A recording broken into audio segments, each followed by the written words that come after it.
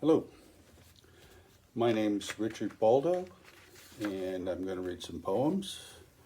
This collection of five is called Then and Now, and it will be published in the next SixFold edition of poetry early in 2023. So, all of these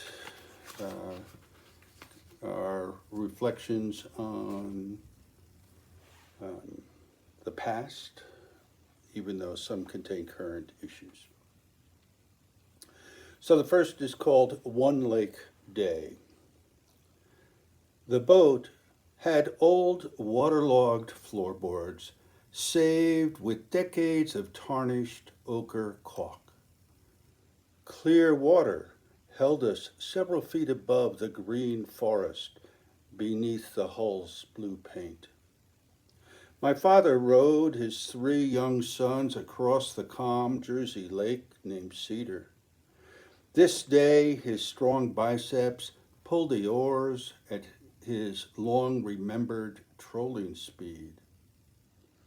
Our line spread out behind the soft wake, mine towing that gray plastic lure with the red bill, silver back, and black dots of skyward-facing eyes. A pickerel waiting in the weeds was also young in fish years, and hit the lure hard, bent my rod, and brought the boat to attention.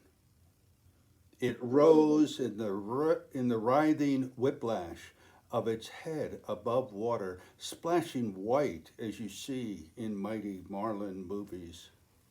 The fish saved its life, shaking my silver lure loose and launched it into the air to catch a hook in my left pocket of my madras shirt. The closest thing to a catch that day plays now, a memory of my father lighting the wilderness of our lives. A moment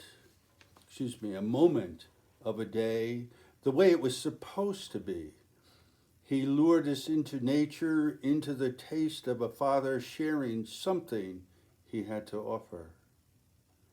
His childhood boat, time with us on the safety of the placid lake, and a lively pickerel fish. It was the kindest he would come to us in all his moments. Can we call it love? It shines its light through the trees of our childhood's dark forest. The next one is quite different and from a grandfather's point of view, not a child's point of view. It's called Last Lesson. At 2, you with your water wings learned to splash into my arms. In time, you launched wingless across the pool's far side.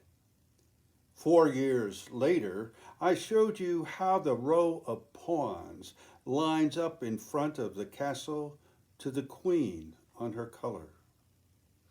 Now others teach you classic openings beyond my chess horizon.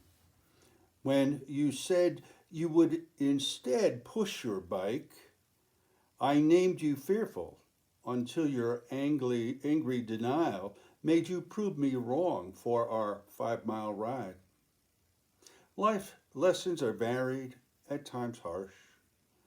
If I must also be the one to teach you a last lesson about death, I will not do it gladly. I would never choose to leave you, but life comes with its written conclusion.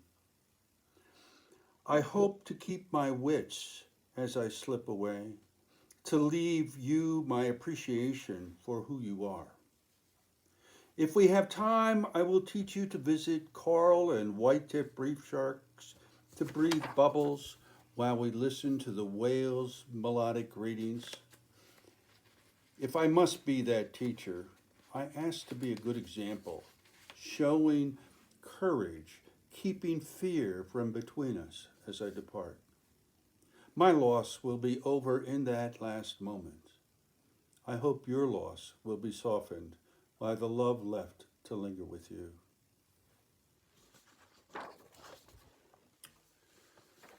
And the next one, again, a very different kind of memory.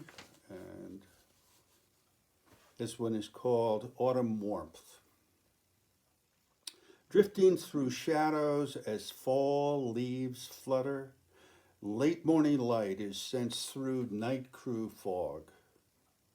A slow warmth awakens my awareness as softness invites me into the presence of an early afternoon.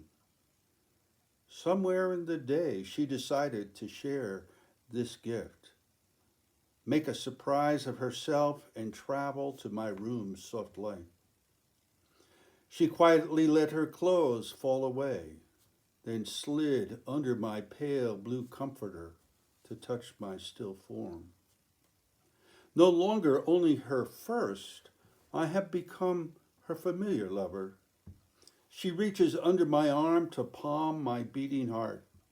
Some courage of her desire proves a growing newness and moves me to wordlessness as we grow together, skin welcoming skin.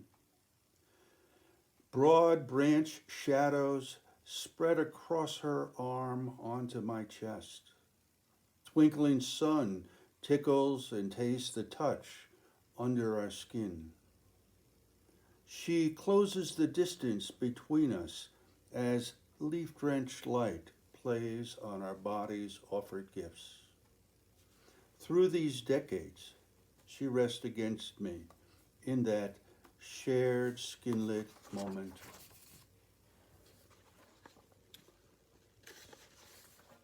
This is a memory of a friend or my idea from having watched her a bit go through this. It's called Carry On, Caretaker. The man she has loved for the last 43 years fades into the wallpaper of the Manhattan Co-op. Patches of darkness deepen to accent the shafts of sun, the direct and reflected arrows from the frames of city glass. The building's eyes are watching.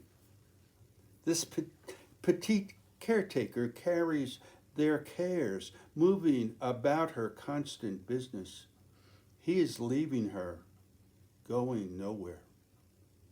She manages the daunting task as best she can, fighting a battle to stay the loss for another day, month, or year, preserving an hour of partnership, adding a codicil to life's contract. Motes of dust in the light beams tell the story.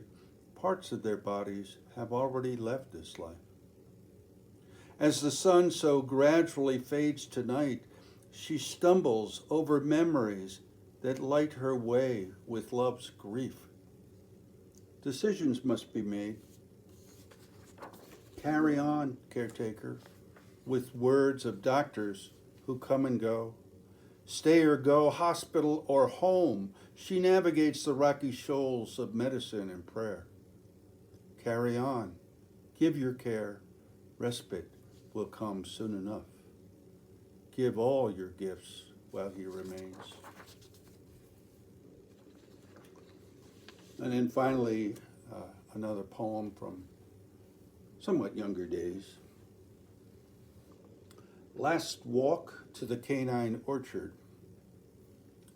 The apple trees are past bloom, young fruit growing, not yet the right size for boys to fit into their throwing hands. My throwing days are past, but today's job has always been mine. As oldest, I have carried each canine friend to earth. My father can no longer stand to make the trip. His legs will still carry him, but the weight of grief is too great. I proceed to the familiar tree, last before the field, passing the Macintosh whose branches once held our fort. And there is the red delicious where the hammock hung and wrapped me under summer and winter night skies. Here I gazed through those ancient limbs to the stars of my future, trying to divine a path to adulthood. In reverie, with reverence, I arrive at the unmarked plots. This tree's surviving two trunks split as fingers reach a hand wide toward heaven. Over 4 decades, I made resting places under the canopy of this elderly winesap. I dig now. This white-furred shepherd, my father's last, wrapped in another old green army blanket. I did not know her well. I lift the body, returned to puppy suppleness, lay her gently to rest, and replaced the earth and grass clogs. The occasion calls for a father's words, but none come to me, while he waits alone in the remains of the house. There sounds a witnessing breeze through the tree's leaves, releasing me to walk back up the hill. Thank you.